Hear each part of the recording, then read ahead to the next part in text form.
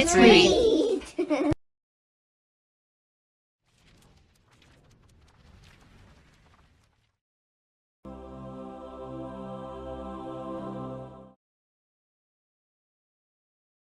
A Sad Farewell, Chapter 16. It had been such a long time since we'd seen another human being that for several minutes we all stood spellbound, staring at the handsome young sailor. Finally, Fritz broke the silence. Taking his new friend by the hand, he led her forward. "Mother, father, please say hello," he urged. "Hello," I said, recognizing immediately that the sailor was a girl. "Welcome to our family," Elizabeth cried warmly. This unexpected tenderness released Emily's pent-up emotions, and she rushed into Elizabeth's arm with a flood of tears. "How can I ever thank you for your kindness?" she wept. As she spoke, my sons crowded near, and there were smiles and handshakes all around. Over supper, we all got acquainted. After a while, the newcomer seemed tired, so Liz escorted her down to the ship for the night. For a long time afterward, we sat by the fire discussing the sudden turn of events. In the excitement of relating his adventure, Fritz forgot the secret he was supposed to keep, and the name Emily slipped out. "Emily?" exclaimed Jack. "Emily," cried Francis. "You mean to tell us that Sir Edward is really a girl?" "I'm afraid so," answered Fritz. "She pretended to be a boy because the sailor's suit is the only outfit she hasn't worn in 3 years. She's too embarrassed to admit she was a girl until she had a dress to wear." "Well, you'll have to give us time to get used to the idea that Emily's a girl," said Ernst. The next morning, when Emily arrived for breakfast, she had removed her sailor's cap, and her long blonde curls fell down her shoulders.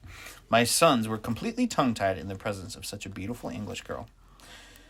"I hope you don't mind my being a girl," Emily said shyly. "Of course not," said Francis. "I'm getting quite used to the idea already," quipped Ernst.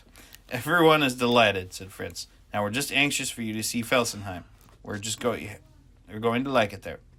"I'm sure I will," Emily replied with a smile on her face. Soon after, we set sail from Emily's island. When she took her first step on the sand at Providence Bay, her new brothers all shouted, "Hurrah! Welcome home!" Fritz took her by the hand and led her up to the grotto. The rest of us followed behind. "Oh, how beautiful!" Emily murmured as she wandered through the rooms, admiring all we had done. Elizabeth prepared an elegant dinner of roast turkey with truffles, wild rice, and fruit. A double spray of flowers hung over a sign which read, "Welcome, Emily Montrose."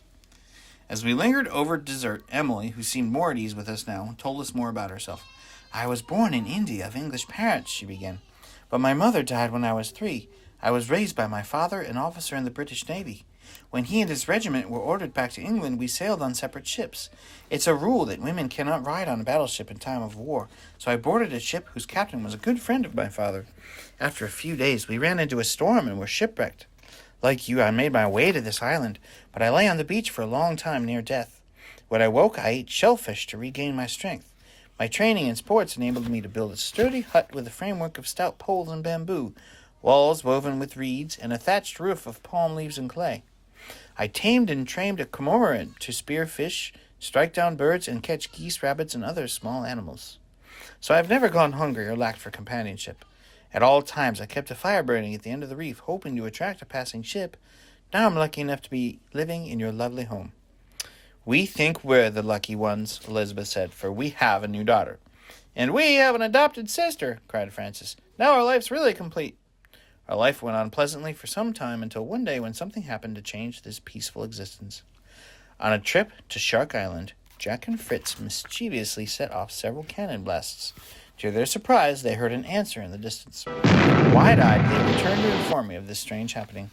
"If there really is a ship in our coast, we don't know whether it's manned by Europeans or Malay pirates," I said. "I don't know whether to be happy or sad." We all rushed down to the beach, and there on the coast we spotted a fine European ship sailing towards us. An English flag floated from the mast. To be on the safe side, we hid in the bushes as the ship dropped anchor and the sailors rowed to shore. They set up tents and roasted meat for dinner. After a while, 2 sentinels spied us, and we came out of hiding. "Welcome, Englishmen!" we cried, but they kept their distance, and we kept ours. Later, we sailed out to the ship, the Unicorn, and gave the captain a warm welcome. He was relieved to see we were not savages, and he conducted us to his cabin where a glass of wine sealed our friendship. Good fortune was smiling on us, for the Captain Littleton, was a friend of Commander Montrose, and he eagerly assured Emily that her father was alive. "I have an Englishman on board I want you to meet," he said. "A Mr. Woolston, his wife, and 2 daughters." Elizabeth was overjoyed to have company, and she prepared a gala dinner, after which she insisted that Woolston stay at Felsenheim. The next morning, Mr. Woolston approached me and said, "My wife and I are so impressed by your life here that we wonder if we could live on the island too." "Of course, my good man," I said, slapping him on the back. "It will be wonderful to have neighbors at long last."